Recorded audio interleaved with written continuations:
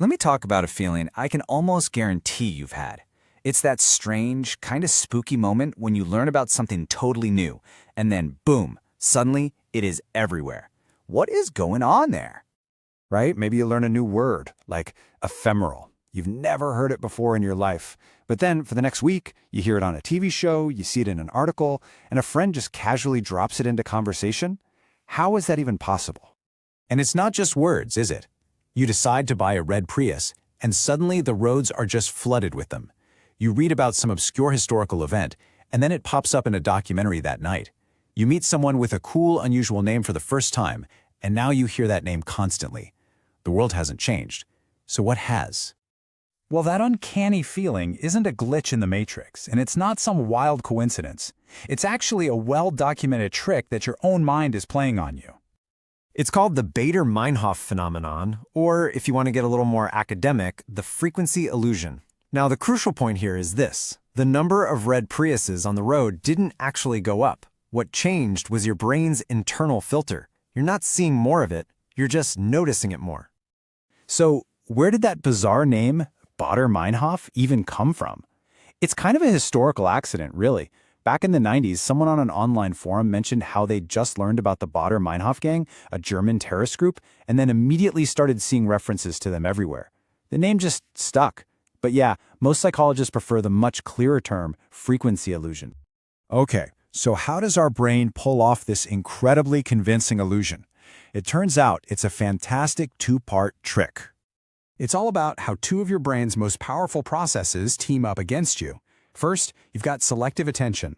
As soon as something is new and seems relevant, your brain puts a little flag on it, marking it as important. Then, confirmation bias swoops in to finish the job, actively hunting for evidence that, yep, this thing really is everywhere now. So let's break it down. Here's how it unfolds. Step 1. You learn something new. Let's stick with the Baader-Meinhof phenomenon itself. Step 2. Without you even thinking about it, your brain tags it as important. Step 3. Your selective attention then acts like a searchlight, scanning your world for it. And step 4. Every single time it gets a hit, your confirmation bias pumps its fist and goes, "See? I knew it. It really is everywhere." And this feels so real because your brain is an amazing scorekeeper. For all the hits, every time you see the thing, it's another point on the scoreboard, reinforcing that feeling that it's super common. It happens automatically. But, and this is the whole secret, your brain is a terrible scorekeeper for all the misses. It just doesn't bother to track the thousands of cars you saw that weren't red Priuses, or all the conversations you had that didn't mention that new word. We only register the confirmations, and that creates a totally warped perception of reality. I think this is just a perfect way to picture it. Think of your brain as a spotlight in a dark room. The room doesn't change, but whatever the light points at suddenly feels important. That spotlight is your attention, and it doesn't change the room, it just changes what you see inside of it. Okay, so if our brain is constantly tricking us, is it broken? No, not at all. This illusion is actually just a side effect of a very useful, very efficient system. You got to think of it as a feature, not a bug. I mean, from an evolutionary perspective, this makes total sense. Being able to quickly spot new patterns could mean the difference between spotting a predator hiding in the grass or finding a new source of food. Prioritizing new information is literally how we learn and adapt. So the frequency illusion isn't some kind of flaw. It's just our ancient, super effective pattern-matching software running in the background of our modern lives. So, it's a brain quirk. Big deal, right? Well, understanding this illusion is actually really, really important because it quietly shapes our view of the world and influences the decisions we make every single day. Marketers absolutely love this phenomenon.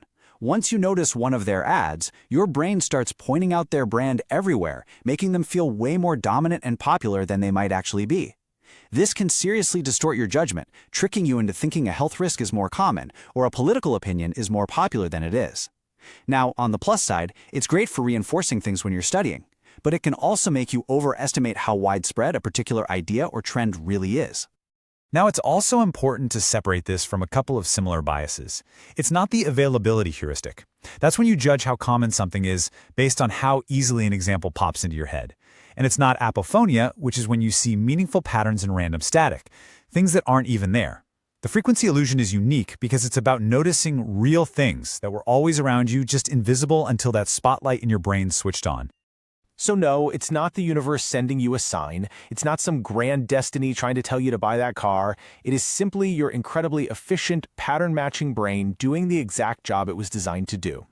So how can we fight back a little and see the world more clearly?